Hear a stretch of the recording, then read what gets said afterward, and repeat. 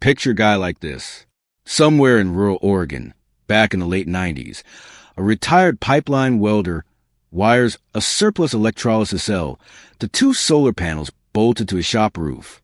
He runs a stick of tubing into an old 20-pound propane tank sitting on a wooden shelf. And for the next 5 years, he never writes a single check to the electric company. No lithium, no cobalt, no monthly monitoring fee. Just a tank, some water, and a piece of chemistry so simple a ninth grader could sketch it on a napkin. Guys like that have been quietly doing this off every back road from Idaho to Appalachia for over 20 years. They call it the solar hydrogen tank. By the end of this video, you'll know exactly how to build one, what it actually costs, where it genuinely falls short, and why the battery industry has zero interest in you ever finding out how simple this is. Detail number 6 is going to change how you think about backup power completely. Detail number 4 could save you from wasting your entire build. Let's get into it. Here's what nobody tells you when you sign the financing agreement for a home battery wall. The moment it leaves the factory, it starts dying. Doesn't matter if you never plug it in. Lithium chemistry degrades on a calendar, not just on a cycle count.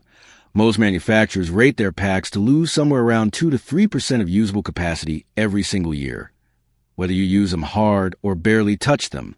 That's not a flaw. That's the business model. In 10 years, you're back in the market for a new one. A tank of compressed hydrogen doesn't know what a calendar is. The energy inside isn't sitting in a chemical reaction slowly unraveling. It's stored as pure, stable, elemental gas under pressure. No self-discharge. No degradation curve, no 10-year expiration date, quietly baked into product. That's the entire pitch in one line. Lithium rents you storage with shelf life. Hydrogen sells you storage that doesn't have one. But stick with me, because I'm not going to sell you a fantasy here. This comes with real trade-offs, and by the end of this video, you'll know exactly which ones you're signing up for. Strip away the mystery, because this isn't exotic science. Take water. 2 hydrogen atoms, 1 oxygen atom. Run an electric current through it. That's electrolysis, and the bond breaks. Hydrogen gas comes off one electrode, oxygen off the other. Your solar panel makes electricity. That electricity splits water, and the hydrogen gets routed into a storage tank. When you need power back, you run that hydrogen through a fuel cell, and the reaction runs in reverse. Hydrogen meets oxygen, electrons flow, and you get electricity out the other side, with water vapor as the only byproduct. This isn't new discovery, either. Fuel cells date back to a British scientist named William Grove, who demonstrated the concept in 1839. NASA used the exact same chemistry, proton exchange membrane fuel cells, to power the Gemini and Apollo spacecraft in the 1960s, because it was reliable enough to trust with astronauts' lives 250,000 miles from the nearest repair shop. The device doing conversion at home is called a PM fuel cell, proton exchange membrane. It's the single most important part of your system, and it's also the one component that eventually wears out. We'll come back to that, because knowing up front saves you from a nasty surprise a few years in. Now here's where I have to be straight with you, because most content on this topic is either wildly oversold or quietly dishonest. Round-trip efficiency for a home hydrogen setup. Electricity in, hydrogen stored, electricity back out, realistically lands somewhere around 30 to 40%. Small electrolyzers typically convert electricity to hydrogen at somewhere in the 60 to 75% range, and the fuel cell converting it back only recovers roughly 40 to 50% of that. Stack those losses together, and you get the real number. Compare that to a lithium battery, which routinely holds on to 85 to 95% of what you put in. So let's not pretend this is a straight upgrade. If your only goal is squeezing every kilowatt hour out of your solar investment, hydrogen loses that fight badly. But here's the part that changes the math completely. The electricity you're feeding into the system is surplus solar you're already generating and already dumping back to the grid for pennies. That power is worth close to nothing to you the moment your panels overproduce past what your house needs. Capturing even 35% of energy that would otherwise be wasted isn't a loss. It's found power you were throwing away anyway. Think of it less like a battery and more like a fuel reserve. Nobody complains that a jerrycan of gasoline in the garage is inefficient compared to the pump. It's not there to compete on efficiency. It's there because it works when nothing else does. Let's talk real numbers, because this is where most videos on this topic get vague on purpose. A basic residential setup, small PM electrolyzer, an ASME-rated steel storage tank, a PM fuel cell, tubing, a regulator, and a check valve land somewhere between $150 for a bare-bones single-tank starter build and $2,500 to $6,000 for a fully scaled system with multiple tanks and proper fuel cell capacity, depending heavily on whether you're sourcing new or refurbished industrial components.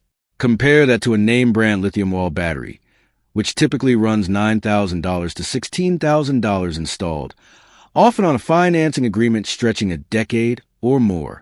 Here's the part that should make you sit up. The tank itself doesn't wear out. Steel doesn't degrade from holding a gas. The tubing and check valve, if properly rated, don't degrade either. The one real wear item is the PM membrane inside the fuel cell, typically rated for somewhere around 5,000 to 10,000 hours of active operation. Run your system a few hours a day, and you're looking at several years before it needs replacing. A replacement membrane runs $20 to $40, and swapping it is a simple maintenance task, not a full system replacement. Compare that to a degraded lithium pack. With a fix, it is almost always replacing the entire multi-$1,000 unit, because individual cell replacement isn't something most homeowners can do or that most warranties even cover. Hydrogen loses on efficiency. It wins hard on lifetime costs, because the parts that fail are cheap and the parts that aren't cheap don't fail. And here's something worth sitting with for a second.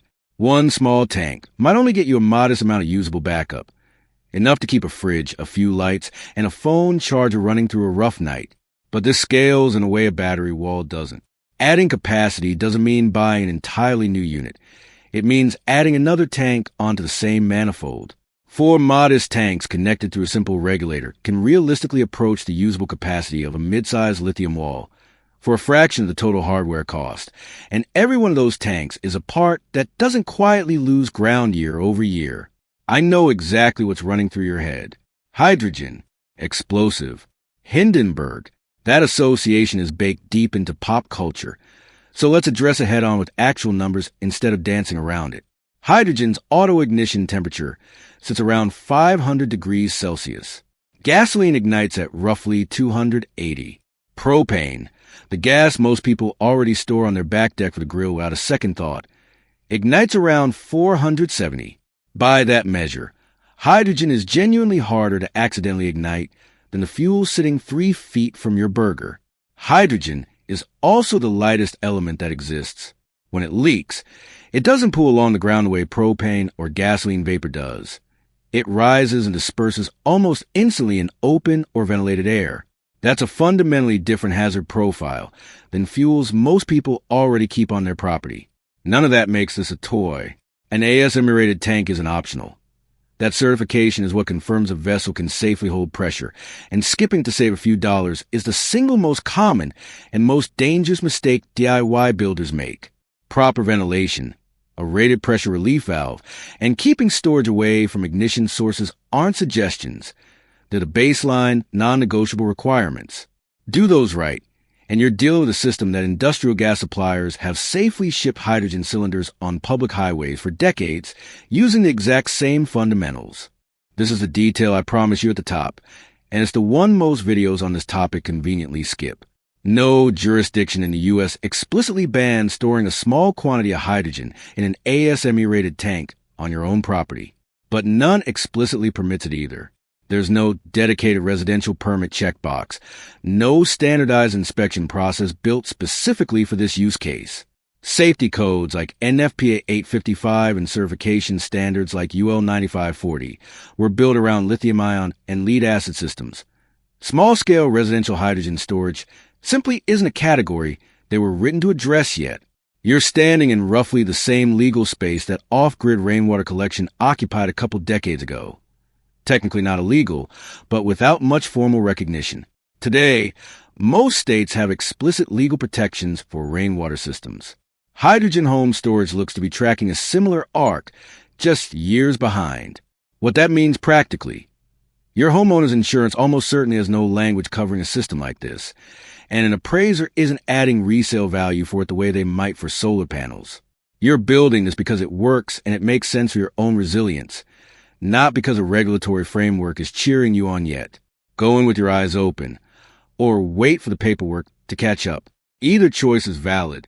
Here's where the counterstability advantage actually shows up in real life, not just on a spec sheet. Lithium-ion cells lose meaningful capacity in sustained heat, and in deep cold, performance can drop noticeably once temperatures swing well outside a moderate range in either direction. Manufacturers even build thermal management systems into premium battery walls specifically to fight this, which is part why those units cost what they cost. A hydrogen tank sitting in a hot garage or freezing shed doesn't need any of that. The gas pressure shifts slightly with temperature, but the stored energy itself doesn't degrade. Think about a place like Phoenix, where a closed garage can hit well over 120 degrees Fahrenheit on a summer afternoon. That's exactly the kind of heat that pushes lithium chemistry to throttle itself to protect the cells. A steel tank in that same garage doesn't notice. Now flip it. Somewhere like interior Alaska, where a shed can sit well below freezing for months at a stretch. Lithium-ion capacity can drop sharply in sustained cold like that. A hydrogen tank filled back in the summer sun holds the same charge in January that it held in July, because there's no chemistry sitting there slowly losing ground to the temperature. That distinction mattered in a very real, very well-documented way during the February 2021 Texas grid collapse, when sub-freezing temperatures and days-long outages left plenty of battery-backed homes drained dry with no sun to recharge them. A hydrogen reserve filled the week before doesn't care whether the grid comes back in 2 days or 2 weeks. It just waits. The same logic applies after a major hurricane, when grid restoration can genuinely stretch past what any home battery is designed to bridge. That's really the entire philosophy shift this video is asking you to consider. Stop asking, how many hours does my battery last? And start asking, how long can I hold energy without depending on a system that needs to be replaced on a schedule? If you're seriously considering this, here's the parts list, broken down honestly, without the exaggerated price tags some corners of the internet like to throw around. You need a PM electrolyzer cell sized to your solar surplus, an ASME-rated steel storage tank sized to how many days of backup you actually want, a PM fuel cell rated for your peak load, rated polyethylene tubing, a brass check valve, a pressure relief valve, and a visible pressure gauge, distilled or deionized water only. Tap water's mineral content will foul the membrane within weeks.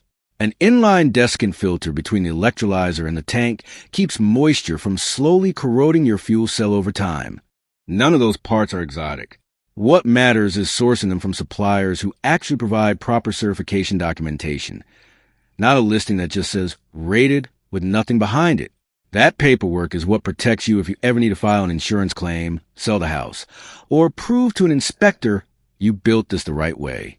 And because this involves pressurized flammable gas, treat the build as a real engineering project, not a weekend plumbing hack. Every fitting gets checked with a soapy water leak test before anything goes live.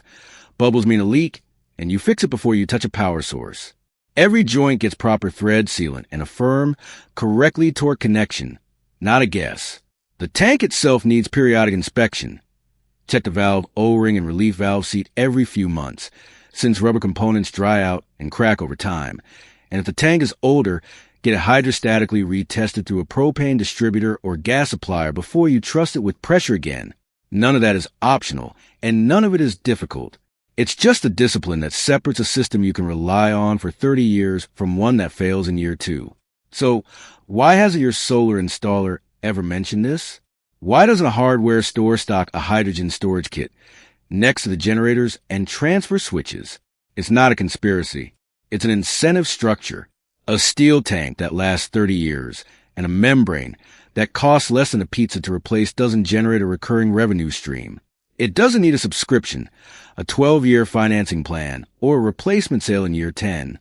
An industry built around selling you a battery that degrades on a schedule has no reason to put, here's a cheaper, longer-lasting alternative on a billboard. That doesn't make lithium bad technology. It's genuinely excellent for daily cycling and instant response. Most serious off-grid builds actually run both. lithium for everyday use, hydrogen as a deep reserve that's still full when a lithium bank runs dry on day 4 of an outage. So picture the actual moment, not the sales pitch, the moment. A storm rolls through. Every transformer on your street goes down. Every house on the block goes dark, one after another, except yours. Your fridge keeps humming. Your well pump keeps running. And the thing making that possible isn't a $10,000 wall unit you're still paying off. It's a steel tank on a garage shelf, holding energy that never asked your utility company for permission and never once degraded while it waited. That's the actual trade you're making. Lower round-trip efficiency and a legal gray zone you accept with open eyes, in exchange for storage that doesn't die on a calendar and repair costs measured in dollars, not thousands of dollars. If this was useful, subscribing is the easiest way to make sure the next one finds you. Drop a comment with the longest power outage you've ever lived through. Generator candles? Or did you just wait it out? I read every single one, and it shapes what gets covered next. Because next week, we're breaking down a 200-year-old insulation technique that can cut your heating bill by more than half. And how many of you show up in the comments tonight tells me how fast I need to get that one out. See you in the next one.